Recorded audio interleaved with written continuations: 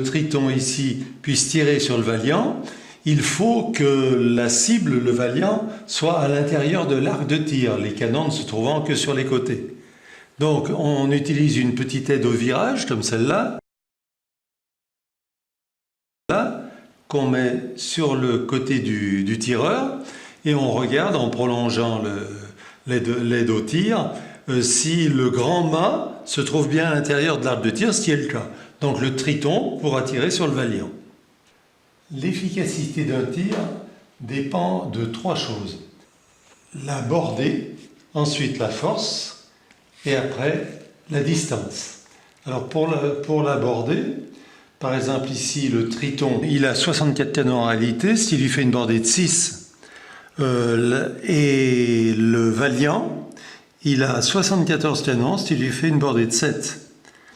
La force, ça représente le poids du boulet et l'entraînement des canonniers.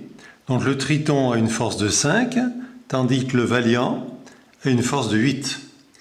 Donc on va faire un tir pour montrer comment on calcule.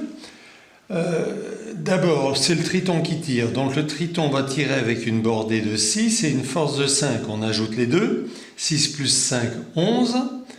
Et ensuite, on regarde la distance. La distance est entre les deux grands mâts. Et ici, on s'aperçoit, grâce à la règle, là, qu'on est à portée moyenne. Quand on est à portée moyenne, ça fait plus 0, moins 0. Si on était à portée courte, plus 2, bout portant, plus 5, et portée longue, moins 5. Donc on en reste pour l'instant à 6 et 5, 11, plus 0 de distance, 11, et on rajoute un petit dé, 11, plus 2, 13.